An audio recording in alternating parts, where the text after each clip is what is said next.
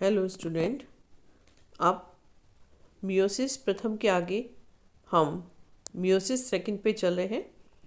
ये विभाजन एक प्रकार का सूत्री विभाजन होता है, जैसा कि आप माइटोसिस में पढ़ के आए हैं। प्रथम विभाजन में निर्मित दोनों अगुणित कोशिकाएं विभाजित होकर 4 अगुणित पुत्री कोशिकाओं में परिवर्तित हो जाती हैं।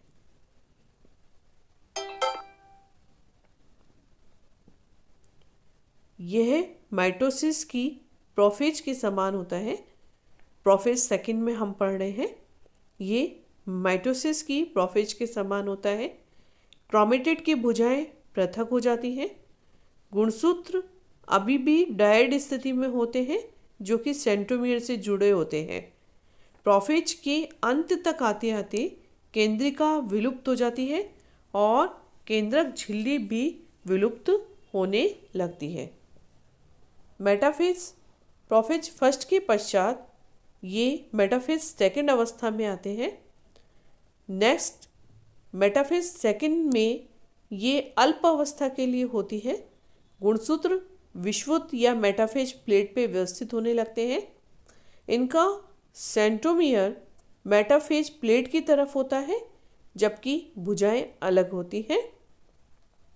सेंट्रोमियर भी विभाजित होकर दोहरा हो जाता है, डबल हो जाता है।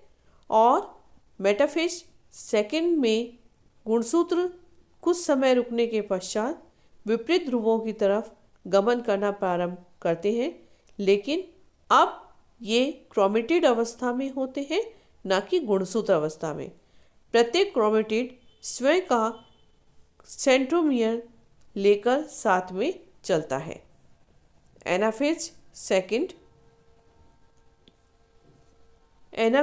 सेकंड में क्रोमेटिड स्वयं के सेंट्रोमियर के साथ विपरीत ध्रुवों की तरफ गमन करना प्रारंभ कर देते हैं। इस समय ये गुणसूत्र माइटोसिस की एनाफेज के समान होते हैं।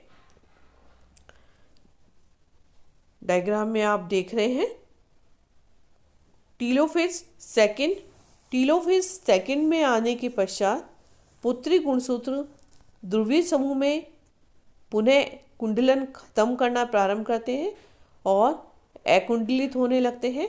केंद्रक तथा केंद्रक झिल्ली पुनः प्रकट होने लगती है।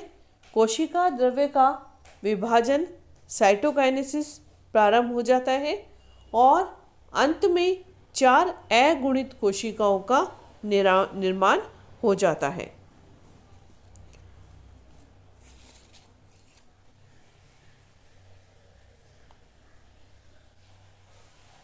सारांश अगर हम देखें अर्धसूत्री विभाजन का, तो अर्धसूत्री विभाजन मुख्यतः 2 अवस्थाओं में संपन्न होता है। प्रथम विभाजन में गुणसूत्रों की संख्या आधी हो जाती है। इस कारण 2 अगुणित केंद्रकों का निर्माण होता है और इस विभाजन में प्रत्येक समजात गुणसूत्र अनुदैर्ध्य रूप में विभाजित होता है और 2 क्रोमेटिड बनते हैं। अतः प्रत्येक गुणसूत्र में 4 क्रोमेटिड उपस्थित होते हैं। प्रत्येक टेट्राड के चारों क्रोमेटिड केंद्रकों में विपरीत हो जाते हैं। प्रत्येक क्रोमेटिड प्रथम विभाजन में पृथक हो जाते हैं, जो द्वितीय विभाजन में समान रूप से विपाटित हो जाते हैं। इस प्रकार अंत में सिंगल बाइवेलेंट का निर्माण होता है।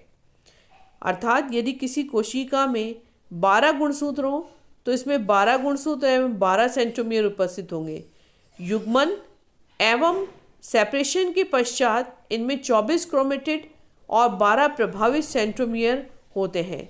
एनाफेज फर्स्ट में 6 सेंट्रोमियर युक्त 6 गुणसूत्र एक ध्रुव की तरफ पहुंच जाते हैं। द्वितीय विभाजन में पुत्री सेंट्रोमियर पृथक हो जाते हैं, जिससे प्रत्येक गुणसूत्र प्रत्येक इकाई में परिवर्तित हो जाता है और प्रत्येक ध्रुव पर 6 गुणसूत्र पहुंच जाते हैं। Thank you.